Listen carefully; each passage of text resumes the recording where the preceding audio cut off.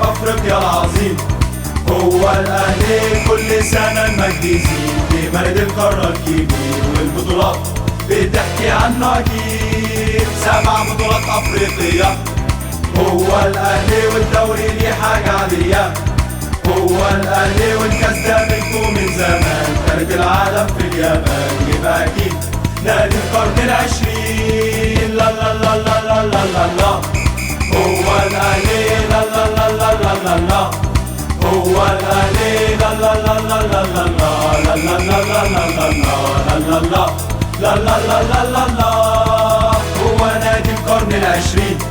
هو الاهلي ملك افريقيا العظيم. هو الاهلي كل سنة المجد يزيد، بمجد القارة الكبير والبطولات بتحكي عنه اكيد. 7 بطولات افريقية، هو الاهلي والدوري ليه حاجة عادية.